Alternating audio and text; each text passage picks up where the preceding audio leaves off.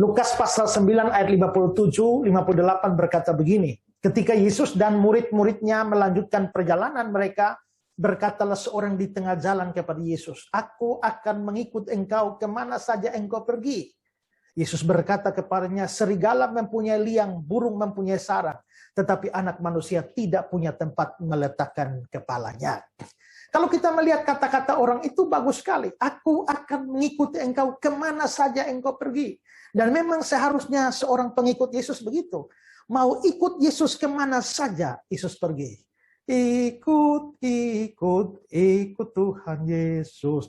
Ya kemana saja ku mengikut dia. Jadi bagus.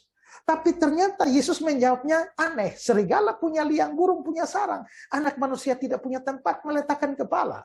Mengapa Yesus menjawab demikian? Besar kemungkinan karena Yesus tahu motivasi orang itu tidak benar, tidak lurus. Kalau kita membaca di dalam bagian paralelnya di Injil Matius, kita akan melihat bahwa peristiwa ini terjadi.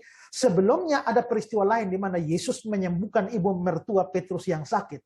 Dan besar kemungkinan orang ini yang adalah seorang ahli Taurat tahu peristiwa itu. Dan bisa juga dia sudah tahu dengan berbagai macam mujizat yang Yesus buat. Dan karenanya dia mau ikut Yesus. Bayangkan dia berpikir kalau orang seperti Yesus yang mana dia bisa menyembuhkan segala penyakit, bahkan orang mati pun dia bangkitkan. Juga kalau ada orang lapar dia bisa menciptakan mujizat 5 roti dan 2 ikan cukup untuk ribuan orang. Kalau ada badai dia bisa tenangkan. Bayangkan kalau dia menjadi murid dari orang seperti ini. Betapa hidupnya akan nyaman, betapa hidupnya akan betul-betul aman. Yesus tahu motivasinya tidak benar. Itulah sebabnya Yesus bilang, serigala punya liang, burung punya sarang. Anak manusia tidak punya tempat meletakkan kepala. Dengan kata lain, sebenarnya serigala dan burung itu masih jauh lebih beruntung dari aku. Karena aku orang miskin, aku tidak punya apa-apa.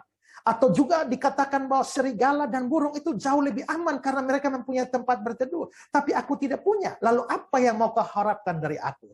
Nah, di sini kita bisa lihat Yesus tidak senang orang ikut dia. Dia hanya senang kalau orang ikut dia dengan motivasi yang benar. Ada banyak orang yang ikut Yesus, mau ikut Yesus, tapi motivasinya keliru, hanya mencari keuntungan material untuk diri dan untuk hidup di sini saja. Disinilah kita belajar untuk melihat motivasi kita. Yesus tidak menginginkan kita ikut dia dengan motivasi yang tidak benar. Karena itu semua orang yang mau ikut Yesus atau yang sedang ikut Yesus, periksa diri kita, kalau ada motivasi yang salah, buanglah. Dan marilah kita ikut Yesus dengan sungguh-sungguh, dengan tulus hati, tanpa motivasi yang miring. Tuhan memberkati kita.